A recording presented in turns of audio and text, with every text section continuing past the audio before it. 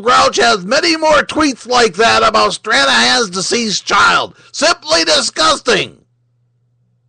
Actually, I think almost by this point, Patarico, you have more tweets about the child than I did, but... And then a tweet to Lauren. He says, a friend of mine often says, these days there are more people than souls. Liberal Grouch is living proof of that proposition. Well, you know something I've never done, Deputy Assistant District Attorney for Los Angeles County, Patrick Fry? I've never posted a woman's social security number and medical information online, like you did with Nadia Naif, the woman who's suing you. You'll recall that she was involved in a relationship with your pal and Breitbart muckraker extraordinaire, the liar with a video camera, James O'Keefe III, convicted, by the way, a convict who's on probation right now. Nadia alleges that O'Keefe took her to a barn because he couldn't take her home because he'd woke up mom and dad. So he took her to a barn, allegedly, and there allegedly slipped her some alleged roofies and allegedly tried to allegedly have alleged sex with her. And she allegedly said no to this, reached out to Breitbart for help, and he provided none whatsoever, and then he died. But you had never met Nadia Naif. You didn't know who she was until James O'Keefe III started complaining that this, quote, bitch, unquote, was picking on him. So then you turned your blog into a smear Nadia Naif engine. All your commenters and all your little readers and you yourself did everything you could to make this woman look like an idiot. Like she had no business going to Harvard. Like she was incompetent. And besides, there's those medical problems that you made public. And her credit rating was destroyed when you published her Social Security number. Now you say, oh, I didn't mean to publish her Social Security number. I got those documents from the PACER system where you can get court documents. And I should have read them, I guess, to make sure that there was no information on there that could be publicly identifiable information that shouldn't be released. And I guess you don't have a black magic marker there on your desk at the Los Angeles County District Attorney's Office, right? Am I right about that? Ha. Yeah, I'm the one with no soul for asking questions about the circumstances of a child's death in which the father of that child not only has 3 different explanations of it, but within 24 hours is back slamming left-wingers using his child, his dead child, as a weapon. Yeah, I'm the asshole. And then we move on to Aaron Walker. You remember Aaron Walker. He blogs under the title Aaron Worthing. He's the creator of the Everybody Draw Mohammed Day blog that got him fired because the people he was working for did not want to be subjected to a bunch of Islamic extremists picketing outside their place of business.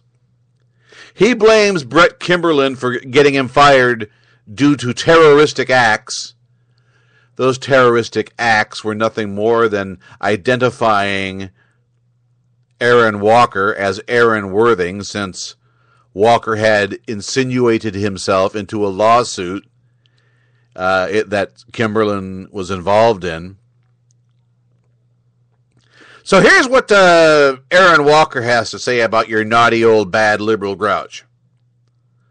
Of course, regular readers know of Liberal Grouch by now, who I will abbreviate to LG. Here's where I showed how Occupy Rebellion threatened to reveal where Lee Stranahan lived so his wife could be raped while he was at a political convention. Hold on. She never threatened. It was a rhetorical question. If you read the actual quote, the actual tweet, it says, "How about we?" Question mark. She doesn't say, "I'm going to." It was a question, a rhetorical one, and nobody was going to do that. And then how LG carried through on that threat to reveal where Stranahan lived. My gentle idiot. Stranahan's home address was the subject of several websites, many of which were posted by Stranahan. He emailed me his address. I didn't reveal where he lived. It was public information. It was. It really was. Here's where LG threatened to sue me for truthfully reporting about his conduct and then offering a negative opinion about it, proving beyond any reasonable doubt that he is an anti-speech thug. I don't threaten. I promise. If I threatened to sue you, you'd have been sued. Here's where his harassment of Lee Stranahan drove Lee to abandon his home. Except Lee never abandoned his home. As we established on yesterday's final show on Blog Talk Radio, Lee Stranahan lives right where he did on September 1st when all this happened. He hasn't moved any more than from one side of the couch to the other.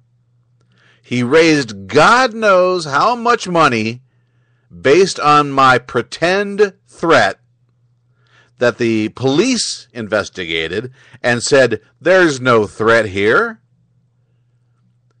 But you're still claiming, Aaron, that I drove him from his house. He still lives where he did. Here's where he tries to threaten Padarico's job based on statements he claimed were libelous. Statements he claimed was libelous. That's what he wrote. I had to correct his English for him. He's a lawyer. After previously admitting they were not. Oh, and for bonus points, here he is working with Brooks Bain, who supposedly would never work with a liberal or a person without honor.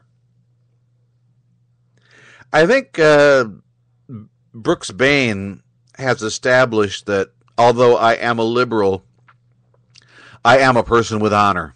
You don't recognize that, Worthing, because you are without honor. You might have also read Stacey McCain's profile of the complete loser that is LG, his real name Bill Smallfelt, which you misspelled. I don't even normally bother with him enough to name him, but you will need to see to know his name to follow along with what is happening.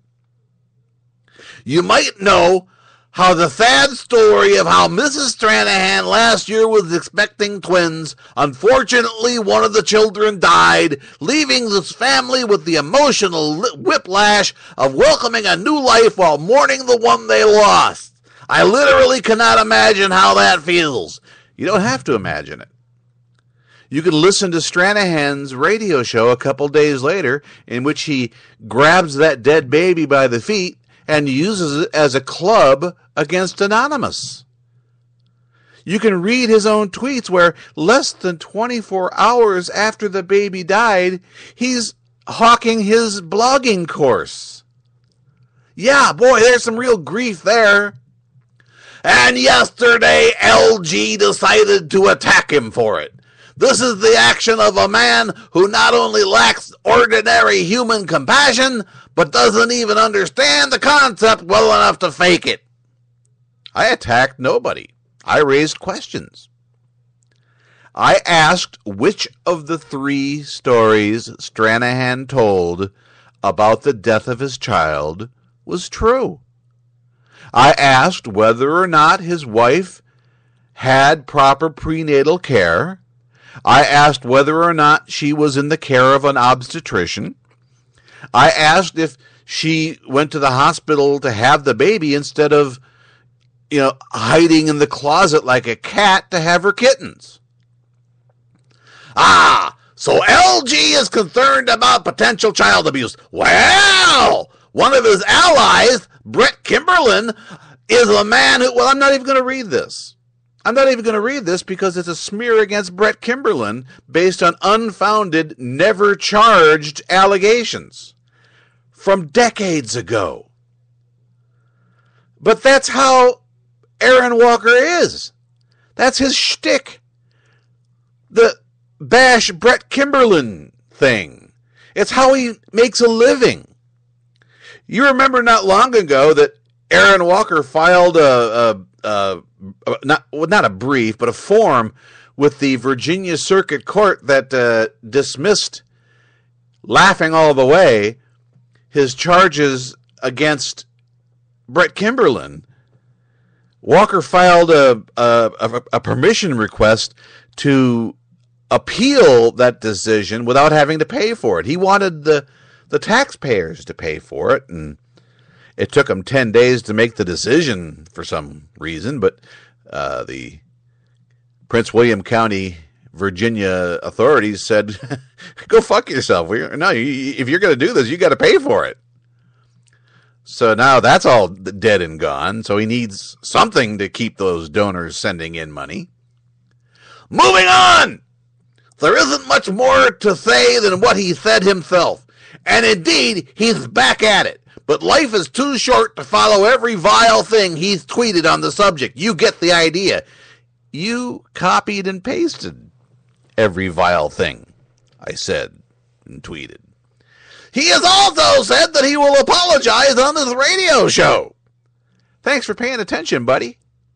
I apologized on the first part of the show today.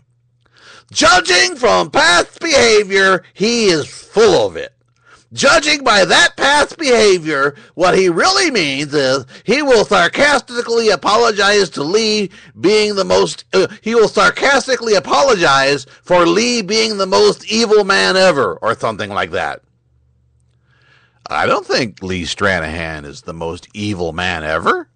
I think Adolf Hitler probably holds that title. I wouldn't even put Lee in the top 30. You get to top 50, maybe. Anybody who would sell his own wife's poontang to strangers belongs on that list somewhere. But the interesting question is if Anonymous actually does anything to him. Or Brett Kimberlin. I heard Anonymous doesn't like pedophiles.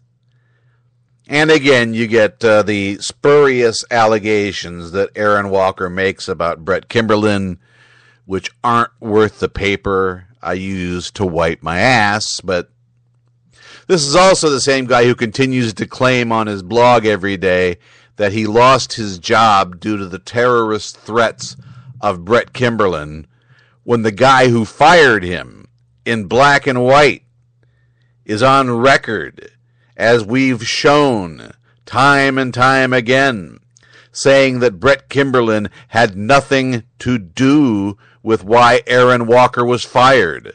The reason Aaron Walker was fired is because he's a shitty lawyer.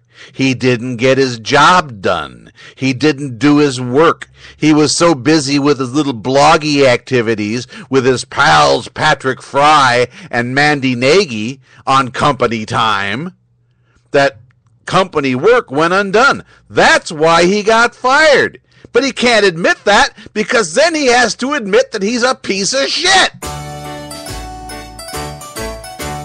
Don't worry, children. The fat, scary man will be gone soon. Then this will all be over with. Until next time.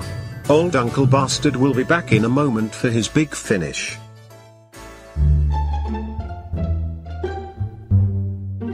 Did Karl Rove claim a black, gay felon as property? Why did he give a convicted debit card thief the keys to the kingdom? Is it true that it's not who you know, but who you blow that counts? These questions and more are addressed in Bill Schmalfeld's book, Vice and Victory, with the emphasis on the former. In 2008, Ali